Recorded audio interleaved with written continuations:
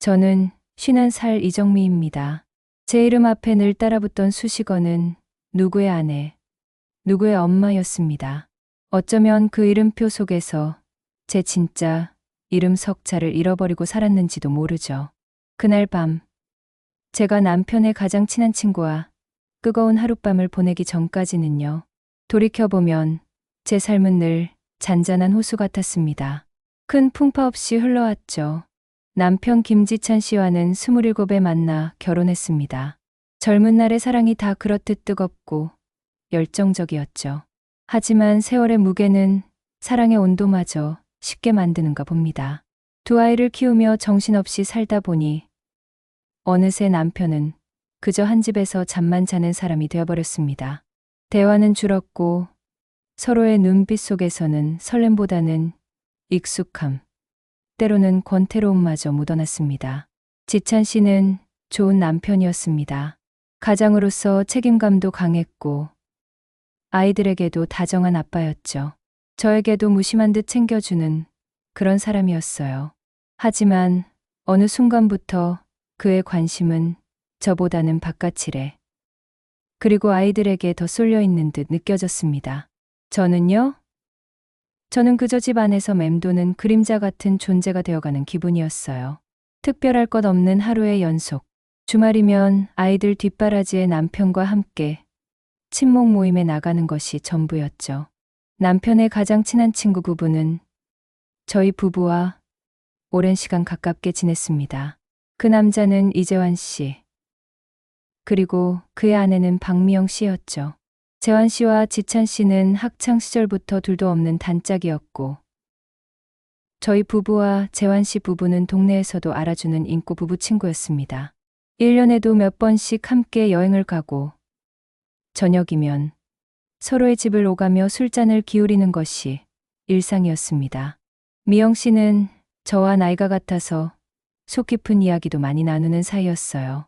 서로의 남편 흉도 보고 시시콜콜한 고민도 털어놓으며 우정을 다져왔죠. 특히 재환 씨는 늘 유쾌하고 다정했습니다. 지찬 씨와는 다르게 말수도 많고 사람을 편안하게 해주는 매력이 있었어요. 제가 무슨 말을 하면 늘 귀 기울여주고 작은 행동에도 칭찬을 아끼지 않았습니다.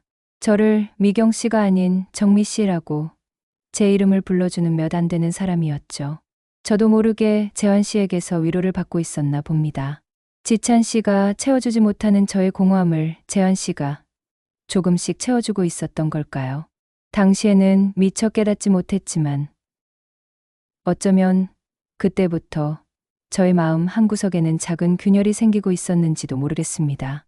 그날은 재환 씨 부부와 함께 오랜만에 거하게 술잔을 기울였습니다.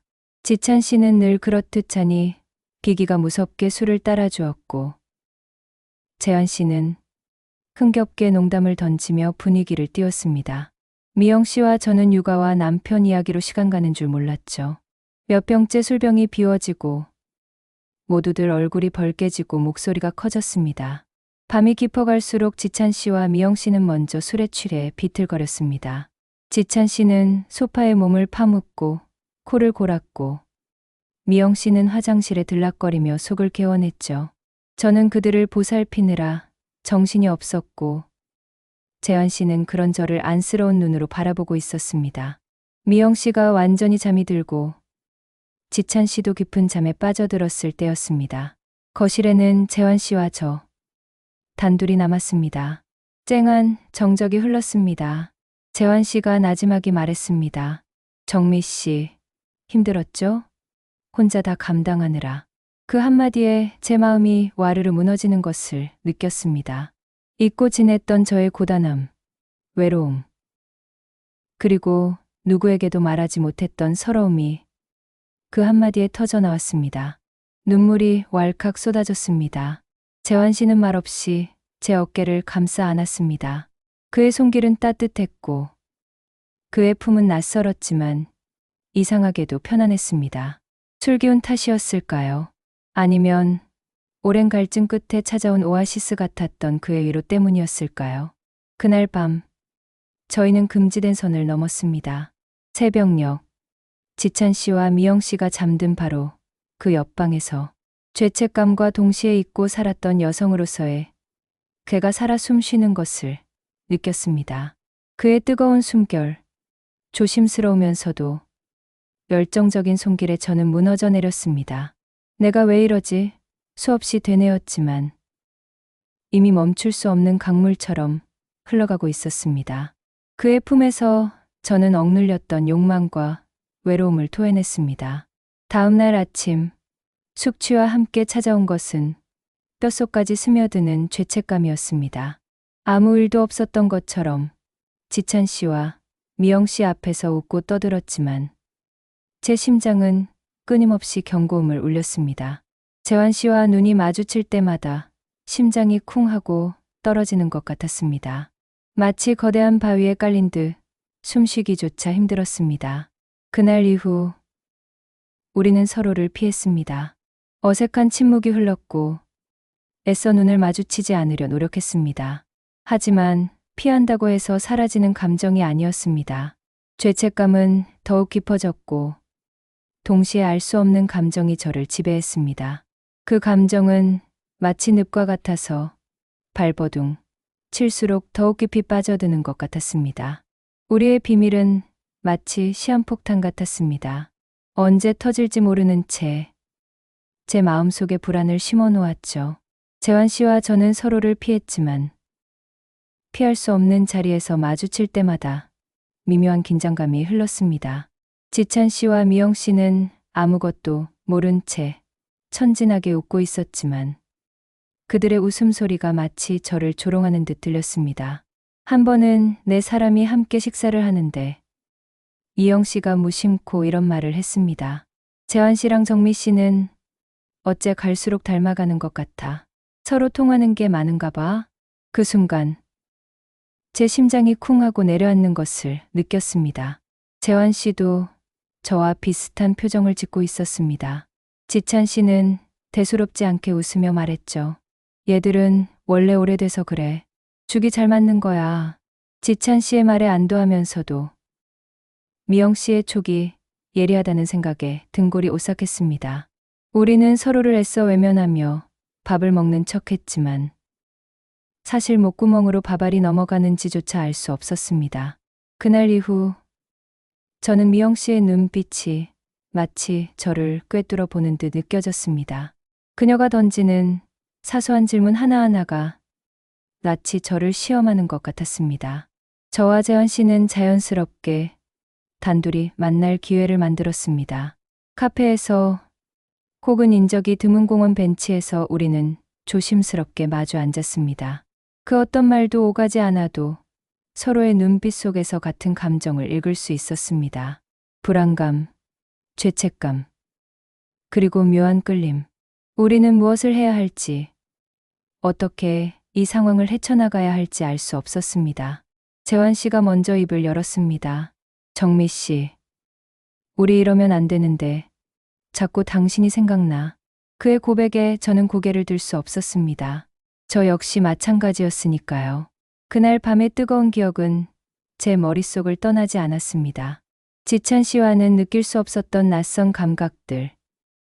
잊고 살았던 저의 여성성이 깨어나는 듯한 느낌은 저를 혼란스럽게 만들었습니다. 우리는 이 금지된 관계를 끝내야 한다는 것을 알고 있었습니다. 하지만 이성의 목소리는 감정의 소용돌이 속에서 힘을 잃어갔습니다. 몇 번이고 다시는 만나지 말자고 다짐했지만 어느새 우리는 다시 서로를 찾고 있었습니다. 마치 마약처럼, 끊을 수 없는 유혹처럼 우리는 서로에게 중독되어 갔습니다. 재환 씨와 저의 만남은 점차 은밀해졌습니다. 우리는 둘만의 비밀스러운 공간을 만들었고 그곳에서 우리는 잠시나마 현실을 잊고 서로에게 몰입했습니다. 우리는 서로에게 위로와 안식처가 되어 주었습니다. 각자의 삶에서 채워지지 않았던 공허함을 서로를 통해 채우고 있었던 거죠. 하지만 비밀은 언젠가 드러나기 마련입니다. 어느 날, 지찬 씨가 이상한 낌새를 눈치챈 듯 제게 물었습니다. 요즘 재환이가 바쁜가? 연락을 잘 안 하네. 저는 아무렇지도 않은 척 얼버무렸지만 제 속은 타들어갔습니다. 지찬 씨의 눈빛에는 의심이 서려 있는 듯 보였습니다. 그날 이후 지찬 씨의 태도가 달라졌습니다. 저를 바라보는 시선이 예전 같지 않았고 사소한 일에도 트집을 잡으며 짜증을 냈습니다. 저희 부부 사이의 갈등은 점점 깊어졌습니다. 미영 씨 역시 마찬가지였습니다. 미영 씨는 저에게 은근슬쩍 재환 씨의 안부를 묻거나 재환 씨의 일상에 대해 캐물었습니다. 마치 저를 떠보는 듯한 질문에 저는 식은땀을 흘리며 대답을 회피했습니다. 미영 씨의 얼굴에는 예전의 밝은 미소 대신 싸늘한 그림자가 드리워져 있었습니다. 우리의 우정은 균열이 생기기 시작했습니다. 결국 올 것이 오고야 말았습니다. 피한다고 해서 피할 수 있는 운명이 아니었던 거죠. 어느 날 미영 씨에게서 전화가 걸려왔습니다. 그녀의 목소리는 잔뜩 격앙되어 있었습니다. 정미 씨, 우리 만나서 할 얘기가 있어. 당장 나와. 저는 불길한 예감에 온몸이 얼어붙는 것 같았습니다. 떨리는 손으로 옷을 챙겨 입고 약속 장소로 향했습니다. 카페 문을 열고 들어서자 미영 씨가 싸늘한 눈빛으로 저를 노려보고 있었습니다.